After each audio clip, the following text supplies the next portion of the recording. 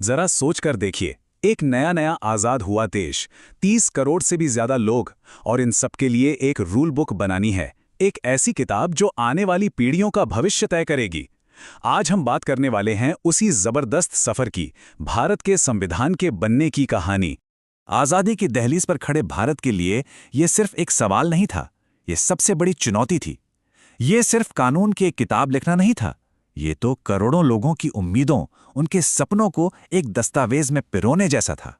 देखिए, अपना संविधान बनाने का ये ख्याल कोई रातों रात नहीं आया था। इसके पीछे दशकों का लंबा संघर्ष था। एक गहरी इच्छा थी कि हम अपने नियम खुद बनाएं। तो चलिए देखते हैं कि इसकी शुरुआत आखिर हुई कहां से। ये मांग बहुत पुरानी थी। इसकी पहली झलक हमें 1895 में बाल गंगाधर तिलक के स्वराज बिल में मिलती है। फिर 1922 में महात्मा गांधी ने साफ साफ कहा कि भारत का संविधान भारतीयों की मर्जी से ही बनेगा। बात यही नहीं रुकी। 1928 तक तो मोतीलाल नेहरू ने एक ड्राफ्ट संविधान भी तैयार कर दिया था, जिसे नेहरू रिपोर्ट कहते हैं। मांग अब जोर पकड़ रही थी। सालों तक जब ये मांग घुटती रही तो आखिरकार ब्रिटिश हुकूमत पर भी दबाव पड़ा। उन्होंने जवाब दिया, लेकिन अपनी शर्तों के साथ। तो साल था 1942, जब पहली बार क्रिप्स मिशन के रूप में एक ऑफिशियल प्रपोजल आया। ये पहली बार था जब अंग्रेजों ने माना कि हाँ ठीक है, भारतीयों को अपनी संविधान सभा बनाने का हक है। लग तो रहा था कि एक बहुत बड़ी जीत है, लेकिन इसमें एक बहुत बड़ा इफ था। शर्त यह थी कि यह सब होगा दूसरे विश्व युद्ध के खत्म होने के बाद। अब आप ही सोचिए, भारतीय नेता और इंतजार करने के मूड में बिल्कुल नहीं थे, इसलिए इस प्रस्ताव को सीधे सीधे खारिज कर दिया गया। और इसी बात पर जवाहरलाल नेहरू ने वो मशहूर बात कही थी कि ये प्रस्ताव एक डूबते हुए बैंक के नाम पोस्ट डेटेड चेक जैसा है। मतलब एक ऐसा वादा जिसका कोई भरोसा नहीं।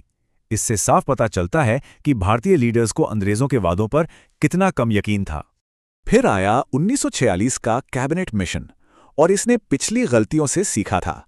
इसमें कोई बाद में देखेंगे वाली बात नहीं थी, बल्कि एक साफ सुथरा फौरन लागू होने वाला प्लान था। और बस इसी वजह से इसे स्वीकार कर लिया गया और भारत की अपनी संविधान सभा एक हकीकत बन गई। तो चलिए अब जरा देखते हैं कि ये ऐतिहासिक सभा आखिर बनी कैसे थी। कौन थे वो लोग जिन्हें भारत की इतनी बड़ी विविधता की आवाज बनना था? 389, ये थी वो संख्या। इतने सदस्य मिलकर पूरे अविभाजित भारत की नुमाइंदगी करने वाले थे। इसमें ब्रिटिश इंडिया के प्रांतों और देसी रियासतों दोनों के प्रतिनिधि शामिल होने थे। इनमें से 296 सदस्य ब्रिटिश इंडिया से चुने जाने थे, जिनके लिए जुलाई 1946 में चुनाव हुए। बाकी की सीटें रियासतों के लिए थीं। लेकिन यहां एक ट्विस्ट था।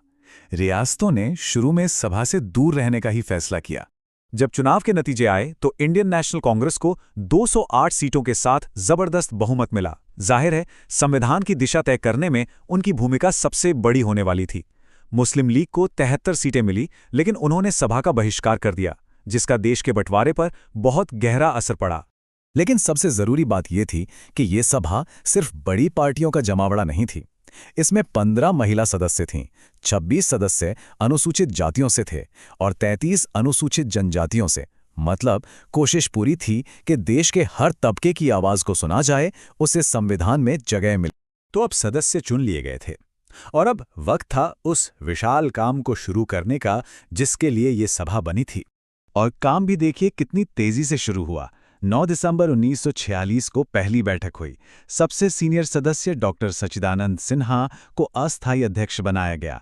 ठीक 2 दिन बाद 11 दिसंबर को डॉक्टर राजेंद्र प्रसाद को स्थायी अध्यक्ष चुन लिया गया। और फिर आया 13 दिसंबर का ऐतिहासिक दिन, जब नेहरू ने उद्देश्य संकल्प पेश किया। इसी ने पूरे संविधान की आत्मा तय कर दी। आपको पता है, यही उद्देश्य संकल्प बाद में जाकर हमारे संविधान की प्रस्तावना यानी प्रियम्बल बना। न्याय, स्वतंत्रता, समानता, ये सारे महान आदर्श जो आज भी हमारे लोकतंत्र की नींव हैं, वो यहीं से आए हैं। अब काम इतना बड़ा था तो जाहिर है कि कोई एक ग्रुप इसे नहीं कर सकता था। इसलिए सभा ने एक बहुत ही स्मार्ट तरीका अपनाया, डिवाइड एंड कॉन्कर। काम को छोटी छोटी एक्सपर्ट टीमों में बांट दिया गया। इन एक्सपर्ट टीमों को ही हम समितियां या कमिटीज कहते हैं। हर कमिटी को संविधान का एक खास हिस्सा सौंपा गया, ताकि हर विषय पर गहराई से चर्चा हो सके और सबसे अच्छा नतीजा निकल कर आए। और इन कमेटियों को कौन लीड कर रहा था? उस दौर के सबसे बड़े नाम, जवाहरलाल नेहरू, केंद्र की शक्तियों से जुड़ी समितियों को देख रहे थे, तो सरदार पटेल प्रांतों के मामलों को। और इन सब में जो सबसे अहम कमेटी थी, ड्राफ्टिंग कमेटी, उसकी जिम्मेदारी थी डॉक्टर B.R. अम्बेडकर के मजबूत कंधों पर। इन समितियों का काम सिर्फ कानून बनाना नहीं था, वो एक राष्ट्र के भविष्य का नक्शा तैयार कर रही थीं। एक ऐसी विरासत बना रही थीं जो आज भी भारत को रास्ता दिखाती है। और ये हमें जरा सोचिए, 1 अरब से भी ज्यादा लोगों के लिए एक रूल बुक बनानी हो तो कैसे लिखेंगे?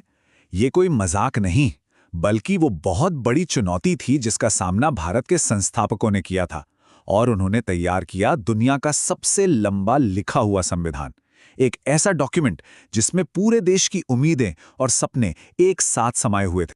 तो चलिए आज इसी कहानी को थोड़ा और समझते हैं। हम उन आर्किटेक्ट्स से मिलेंगे जिन्होंने इसका ब्लूप्रिंट तैयार किया, और उन इंजीनियर्स को भी जानेंगे जो आज भी इस लोकतंत्र की मशीनरी को चला रहे हैं। तो आज हम सबसे पहले बात करेंगे संवैधानिक निर्माताओं की, फिर देखेंगे कि कैसे एक ड्राफ्ट फाइनल डॉक्यूमेंट बना। इसके बाद हम संसद के इंजन रूम्स यानी कमिटियों को समझेंगे, और आखिर में जानेंगे कि भाई जनता के पैसे पर नजर कैसे रखी जाती है। देखिए, हर बड़े कंस्ट्रक्शन की शुरुआत एक ब्लूप्रिंट से होती है ना? तो भारत के संविधान का ये ब्लूप्रिंट तैयार करने की जिम्मेदारी भी एक बहुत ही खास कमेटी को सौंपी गई थी। इसका ऑफिशियल नाम था पांडुलेखन समिति, या जिसे हम सब ड्राफ्टिंग कमेटी के नाम से जानते हैं। ये 7 सदस्यों की एक टीम थी जिनके कंधों पर संविधान का पहला ड्राफ्ट तैयार करने का बड़ा काम था। अब जरा इन तारीखों पर गौर कीजिए। कमेटी बनी 29 अगस्त 1947 को, और 6 महीने से भी कम टाइम में 21 फरवरी 1948 तक पहला ड्राफ्ट तैयार करके पेश भी कर दिया गया। मतलब ये सच में एक बहुत बड़ी उपलब्धि थी।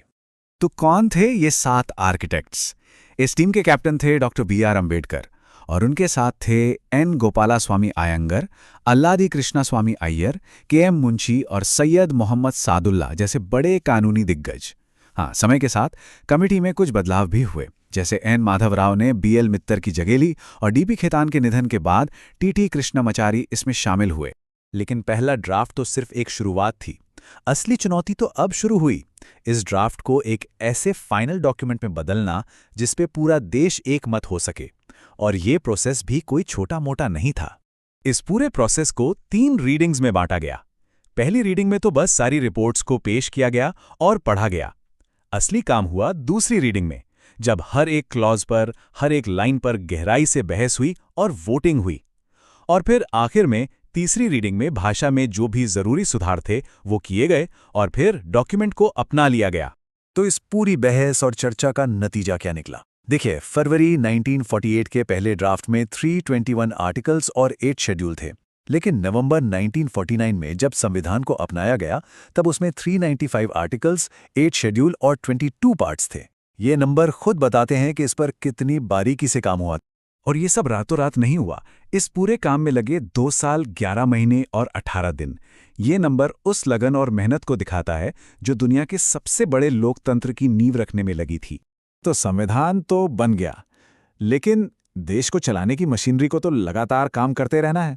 और यहीं पर संसद की कमेटियां यानी इसके इंजन रूम्स अपना रोल निभाती हैं। संसद की कमेटियों को हम मोटे तौर पर 2 तरह से देख सकते हैं। पहली है स्टैंडिंग कमेटियां, जो परमानेंट होती हैं और हर साल बनती हैं। ये फाइनेंस और कानून व्यवस्था जैसे लगातार चलने वाले कामों को देखती हैं। और दूसरी होती हैं एड हॉक कमेटियां, जो किसी खास काम के लिए बनती है और काम पूरा होते ही खत्म हो जाती हैं। अच्छा, इन सारी कमेटियों में से कुछ सबसे जरूरी वो हैं जो सरकार के पैसों पर नजर रखती हैं। ये कमेटियां पक्का करती हैं कि जनता का पैसा सही तरीके से खर्च हो रहा है या नहीं। इन कमेटियों के काम को उनके सवालों से समझना सबसे आसान है। जो एस्टिमेट्स कमेटी है वो भविष्य की ओर देखती है और पूछती है हम समझदारी से खर्च और बचत कैसे कर सकते हैं। वहीं पब्लिक अकाउंट्स कमेटी यानी PAC वो अतीत को देखती है और पूछती है जो पैसा खर्च हुआ क्या वो सही तरीके से हुआ। चलिए इन दोनों के बीच का फर्क थोड़ा और करीब से समझते हैं।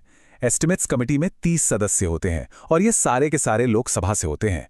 इनका मेन काम खर्च में बचत के तरीके सुझाना है। दूसरी तरफ पब्लिक अकाउंट्स कमेटी में 22 सदस्य होते हैं, 15 लोकसभा से और 7 राज्यसभा से, और इनकी मुख्य भूमिका सरकारी खर्चों की जांच करना है। पब्लिक अकाउंट्स कमेटी यानी पैक का रुतबा बहुत खास है। ये संसद की सबसे पुरानी फाइनेंशियल कमेटी है। इसे एस्टिमेट्स कमेटी की जुड़वां बहन भी कहते हैं और संसद की तीसरी आंख भी। और सबसे दिलचस्प बात यह है कि परंपरा के अनुसार इसकी अध्यक्षता विपक्ष का कोई सदस्य करता है ताकि इसकी निष्पक्षता बनी रहे और सरकार पर एक मजबूत नजर रखी जा सके। तो ये पावरफुल कमेटी अपना काम करती कैसे है?